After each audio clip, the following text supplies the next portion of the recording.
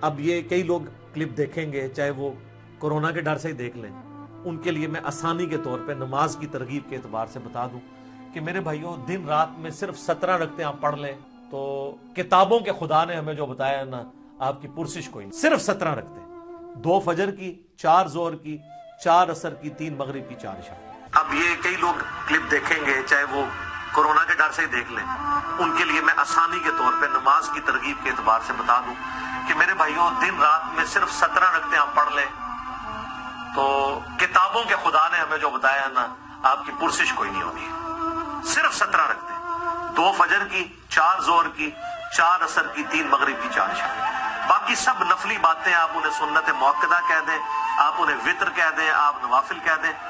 جو اوبلیگیٹری نماز ہے نا، جس کی پرسش ہونی ہے، وہ 17 رکعتیں ہیں۔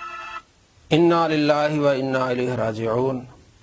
جو اپنے آپ کو علمی تحقیقی سمجھتے ہیں اور ان کا جب دماغ خراب ہوتا ہے تو پھر اس طرح کی باتیں کرتے ہیں، فَبُہِتَ الَّذِي کفر، ایسے کافروں کا پھر دماغ خراب ہو جاتا ہے۔ کتابوں کا خدا یہ کہہ رہا ہے، اور اصل میں قرآن مجید فرقان حمید میں کیا ہے؟ سورہ حشر آیت نمبر 7 میں اللہ کریم فرماتے ہیں وَمَا آتَاكُمُ الرَّسُولُ فَخُذُوهُ، جو رسول تمہیں دیں وہ لے لو۔ رسول کہتے ہیں کہ اگر تم دن میں 12 رکعت پڑھے ہوئے سنتیں تو تمہارے لیے جنت میں گھر بنایا جائے گا۔ ترمذی شریف میں حدیث ہے 414۔ ظہر سے پہلے 4، ظہر کے بعد 2، مغرب کے بعد 2، عشاء کے بعد 2، اور فجر کے سے پہلے 2۔ یہ رسول فرماتے ہیں جو تم پڑھو گے۔ اور حضرت عائشہ رضی اللہ تعالیٰ فرماتی ہیں کہ آپ صلی اللہ تعالیٰ علیہ وآلہ وسلم کو فجر سے پہلے 2 رکعت جو سنتیں ہیں، دنیا و ما فیہا سے بہتر تھیں۔ آپ صلی اللہ تعالیٰ علیہ وآلہ وسلم اپنی امتیوں کو نمازوں کی تلقین کر رہے ہیں، اور یہ کیا کہہ رہا ہے کہ میں تمہیں نماز کی کچھ باتیں بتاتا ہوں۔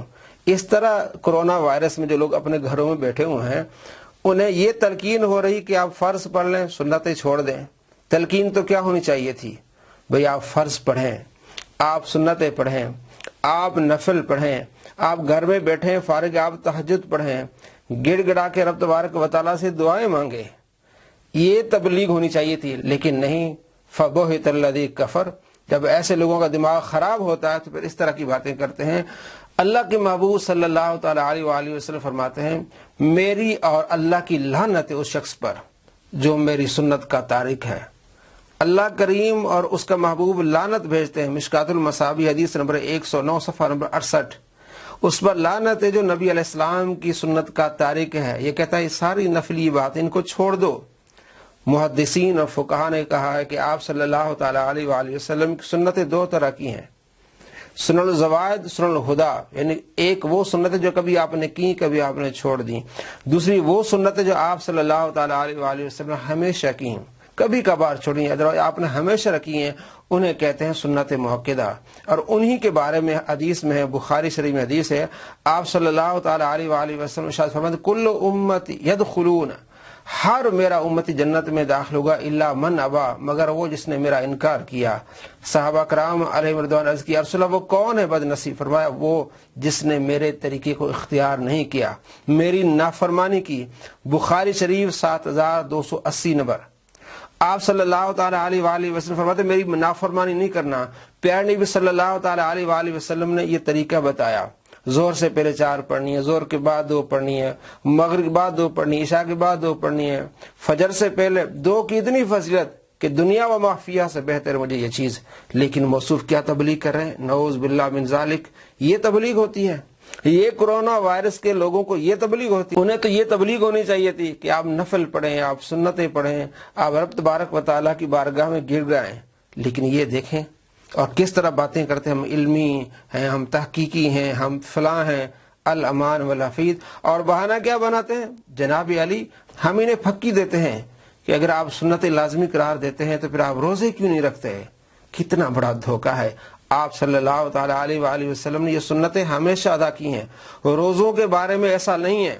مسلم شریف میں حدیث ہے 2719، حضرت عائشہ رضی اللہ تعالیٰ عنہ سے آپ صلی اللہ تعالیٰ علیہ وآلہ وسلم کے روزوں کے متعلق پوچھا گیا تو عائشہ رضی اللہ تعالیٰ فرماتی کہ آپ صلی اللہ تعالیٰ علیہ وآلہ وسلم کبھی تو روزے ہی رکھتے جاتے ہیں، ہم سمجھتے تھے کبھی آپ نے روزہ چھوڑنا ہی نہیں ہے، اور کبھی آپ صلی اللہ تعالیٰ علیہ وآلہ وسلم اتنے روزے چھوڑتے ہم سمجھتی ہیں کہ کبھی آپ نے روزہ رکھنا ہی نہیں ہے۔ اگر آپ صلی اللہ تعالیٰ علیہ وآلہ وسلم ہر پیر کا روزہ رکھتے، ہمیشہ ہر جمعرات کا ہمیشہ رکھتے، تو حضرت عائشہ رضی اللہ تعالیٰ نے ایسے کیسے فرماتی کہ اتنے چھوڑتے کہ ہم سمجھتی کہ آپ نے کبھی روزہ رکھنا ہی نہیں ہے۔